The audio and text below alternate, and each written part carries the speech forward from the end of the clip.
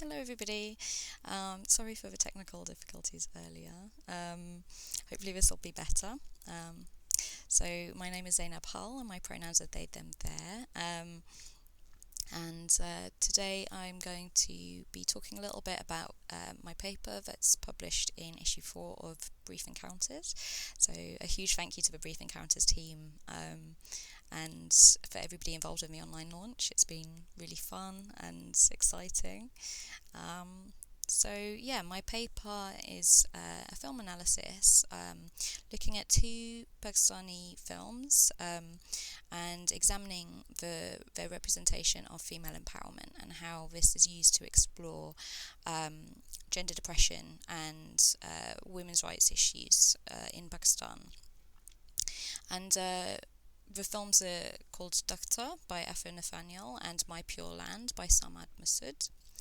And both films are based on true stories. So Dukhtar is based it follows the story of a mother and daughter as they flee the mother's husband, who's a tribal warlord who wants to marry off the daughter, who's 10 years old, to another warlord. And My Pure Land follows the story of Nazo Dorejo, who defended her home and her family from bandits. Um, and both films centre female empowerment. They take this sort of angle to show women, Pakistani women, fighting for their rights and their freedoms within Pakistan. And specifically, these two films look at the experiences of rural Pakistani women. As opposed to middle class or urban Pakistani women. Both of these films centre the lived experiences of Pakistani women in Pakistan. So both films are shot in Pakistan with Pakistani cast and crew, and are both shot in Urdu. And this is quite an important consideration, I think, when we're thinking about narratives of female empowerment and how these narratives are presented and presented to an audience. For me, for my positionality, I'm British born, British raised, and I work from London. So my position is quite a Western one.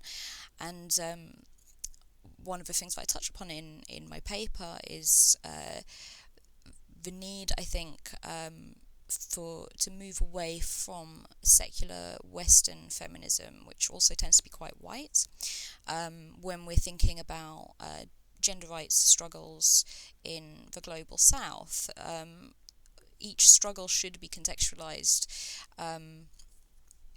based on the context that they're happening in.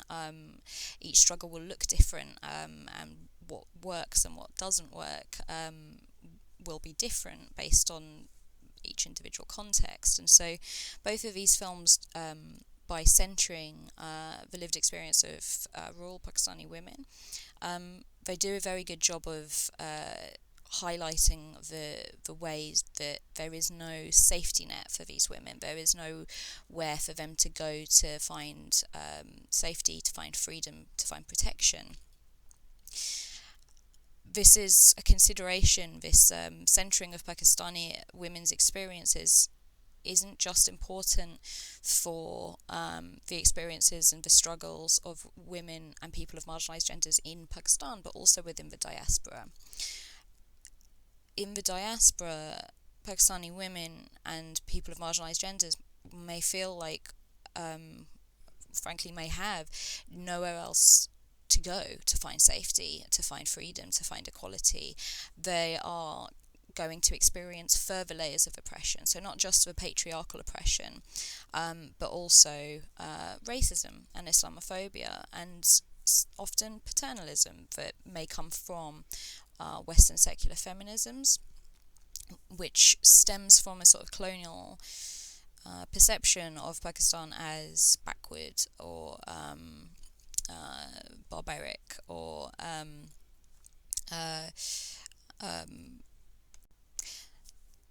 Sorry, I got distracted. Somebody started playing trumpet. So these perceptions of Pakistan as barbaric and backwards and very dangerous, and then Pakistani women become almost like an icon to protect against Pakistani men by white Western people, and that completely erases the struggles that Pakistani women may face, do face, within Western contexts. So it's quite important for these films to centre those lived experiences of Pakistani women, and they do that by shining a light on some of the specific oppressions faced and specific struggles faced. So this includes corruption. We see this in My Pure Land.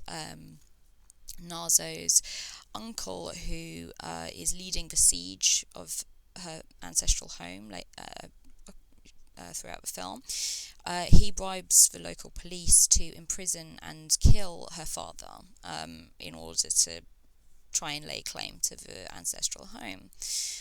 And what this shows us is that Nazo doesn't have anywhere to go. There is no state support or institutional support or protection that she can turn to when facing this injustice of having her home besieged.